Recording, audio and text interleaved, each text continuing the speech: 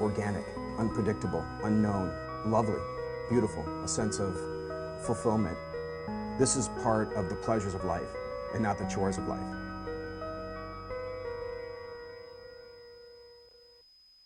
Coming up on another live edition of Daily Iowan TV, Iowa students react.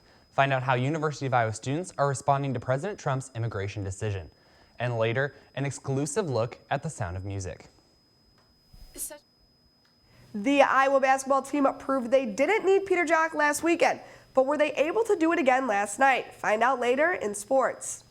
All that and more coming up. Daily Iowan TV starts now.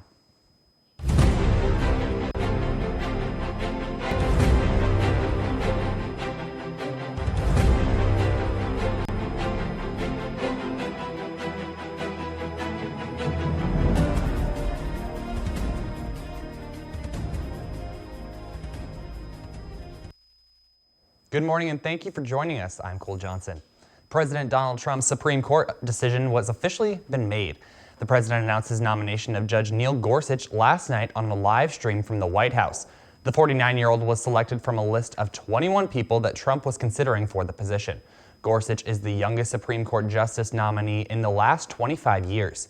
However, this is only the beginning of the road to the Supreme Court for Gorsuch. Next, the Senate will begin the process of confirming or rejecting the nomination.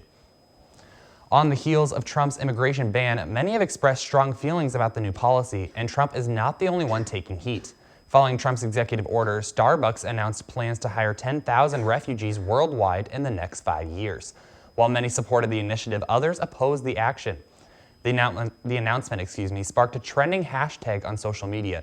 Users took to Twitter, tweeting posts with the hashtag boycott Starbucks in response to the company's decision. Many tweets voiced concerns that the company was prioritizing refugees over American workers. And while many across the country have expressed their concerns, the impacts are also hitting here in Iowa City.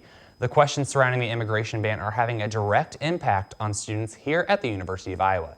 Daily Iowan TV reporter Rachel Valentine has more. On January 27th of 2017, President Trump ordered that people of 7 Muslim-majority countries be banned from traveling or entering the United States for 90 days.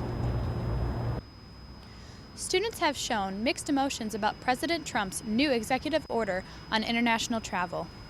I feel like it mostly affects Muslim students and Muslim population, but I am not afraid and I do not feel intimidated. I just hope that this is just temporarily. I find that it's absolutely heartbreaking that good people are getting turned away from safety. On Sunday, January 29th, the students at the University of Iowa received an email from Associate Provost and Dean of International Programs Downing Thomas stating that although these bans have been placed, the University of Iowa is a safe space and is known and recognized for its diversity and inclusiveness. All are welcome to the University of Iowa campus. I feel like it's kind of sad that international students should be worried about this issue.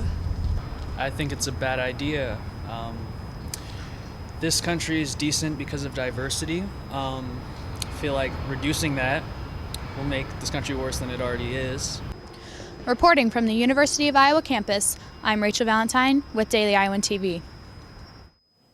One Iowa City woman was the victim of a hate crime this past weekend. The crime occurred at the Old Capitol Mall in the downtown Iowa City area. The woman is an employee at the mall and was at work when she began to be harassed and threatened. Roy L. Hudson, a 50-year-old man from Des Moines, made threatening comments regarding her religion and nationality. Police arrested Hudson and he is facing charges on 2 offenses. If committed, he could serve up to 3 years in prison. Now, I don't know about you, Afe, but I've been seeing people scraping their windshields every morning with all the ice. Is this cold sticking around, or what are we looking at? Yes, Cole, it's definitely going to hang around for the next few days. This afternoon is going to get a little warm at 32 degrees with partly cloudy skies. As we get into the evening, temperatures will drop into the teens at 16 degrees. Tomorrow morning, the temperatures will be at 27 degrees with partly cloudy skies. Now, taking a look at the 6-day extended forecast, we'll see temps settling in the high 20s and high teens tomorrow. Over the weekend, temperatures will fluctuate between the 20s and 40s, but definitely keep an umbrella handy on Saturday as we expect some showers. Cole, back to you. The Sound of Music is running at Hansher Auditorium until this Sunday. Yesterday, I had the opportunity to sit down with one of the stars of the musical to talk about what the experience has been like. It's such a rare opportunity to work on like a high-class Broadway caliber production with a top-shelf creative team of a perfect musical. Like, that's such an incredibly rare opportunity. Charlotte will be celebrating her 1-month anniversary of starring in the show this week, but she says that this may not be the version of The Sound of Music that most people remember. Most of the people who come to see the show are familiar. Everyone knows Sound of Music, but most people know the movie. The musical is actually fairly different. It's a little more political. Now, as we know, politics has been all over our phones, papers, and TV screens, and this production has some underlying tones of what the political situation was like back at the beginning of World War II. Not only does this musical have a political message, but focuses on something that is very important to Charlotte. It's about standing up to higher powers that preach differing moral beliefs than you. That's an incredibly powerful message. And it's also a musical about arts education, which to me personally is one of the most important messages. The Sound of Music will be heading to Des Moines next week. And the 10-week wellness challenge has recently begun here at the UI. This program is for staff and students to team up and track their active minutes and weight loss. And it's not too late to sign up. Alexis Tanzi has more. Live Healthy Iowa is a statewide nonprofit organization that was created to try to combat Iowa's growing obesity rates. They created the 10-week wellness challenge for teams of 2 to 10 people to track their activity level and weight loss while motivating and challenging each other. The UI teamed up with Live Healthy Iowa to bring the 10-week wellness challenge to our campus for staff and students to participate in. The social support really drives people's success. Being on a team with other people who are trying to make healthier choices really motivates your success or one's success in doing more than maybe they would normally do. The 10-week wellness challenge is a great way to get active, but Student Health and Wellness wants to encourage those not participating in the challenge to work on increasing their activity levels as well.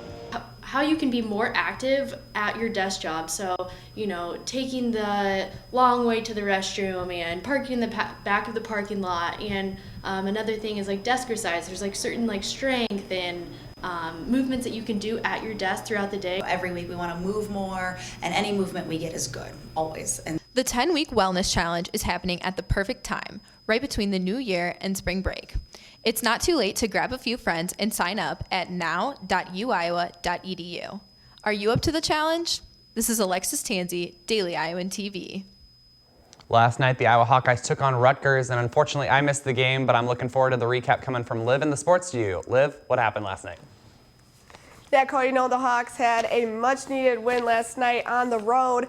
Really looking good for that young team. Very positive outlook to how not only the rest of the season's going to look, but also these next couple years. The Hawks made the trip to New Jersey yesterday, taking on Rutgers. Peter Jack did not see playing time again due to his back injury, and once again, the Hawks proved that they don't need him to win.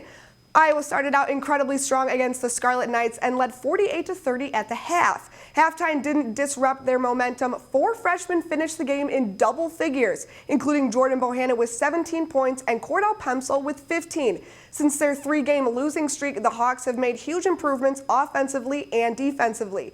Last night, they came away with 15 steals and 11 three-pointers. The Hawks ended up grabbing their first road victory of the season, winning 83-63.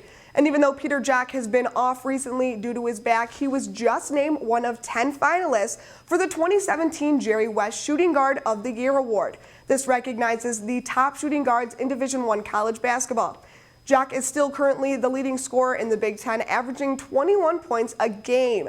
In March, 5 finalists will be announced, and then on April 7th, the winner will be revealed. Now, this weekend is a busy one for the wrestling team. Taylor Van Fleet has more. Hawkeye Wrestling is coming off a big win against number 4 Ohio State, and this weekend they will have 2 meets. The first one is here at home against number 16 ranked Wisconsin, and the next one is on Sunday on the road against number 13 Minnesota. Yeah, it's just a quick turnaround.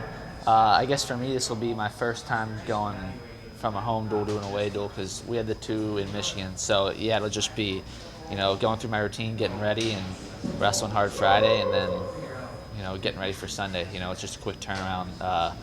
got to keep your foot on the gas and just be ready for both duels. It's our first 2 dual weekend in a while, and that's something that we got to look forward to as well.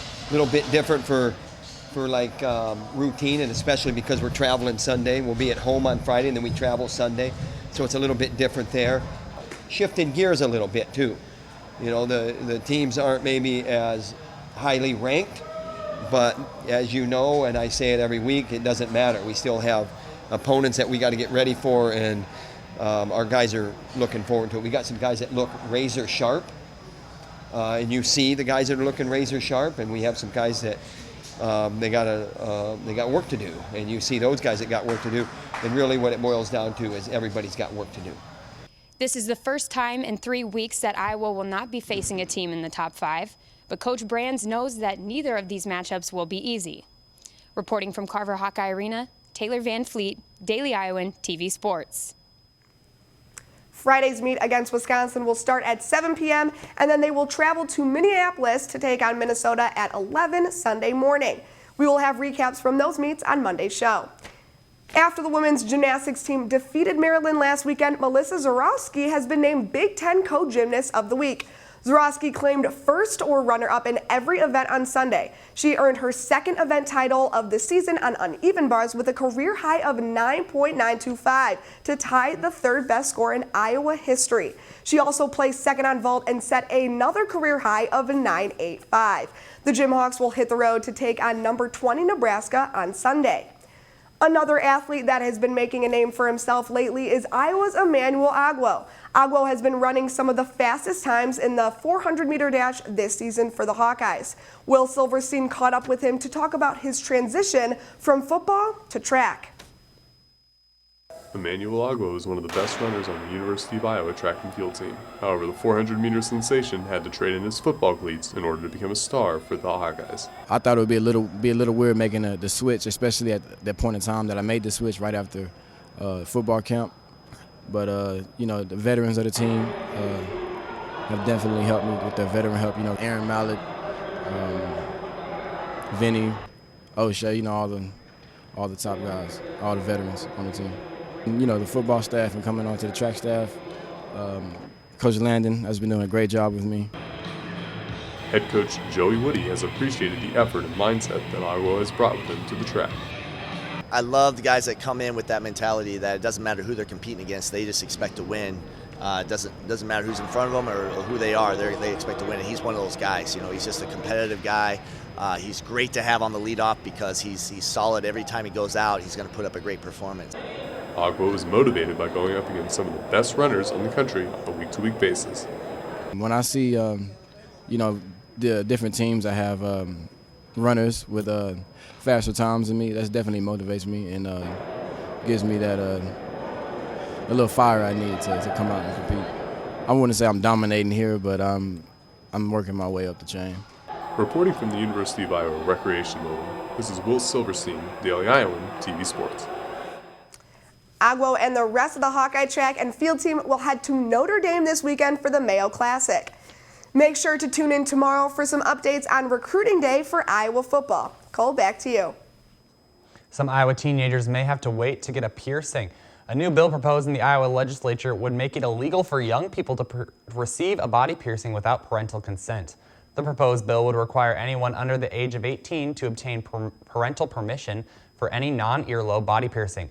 Both the piercing specialist and the minor would be subjected to a misdemeanor if found guilty.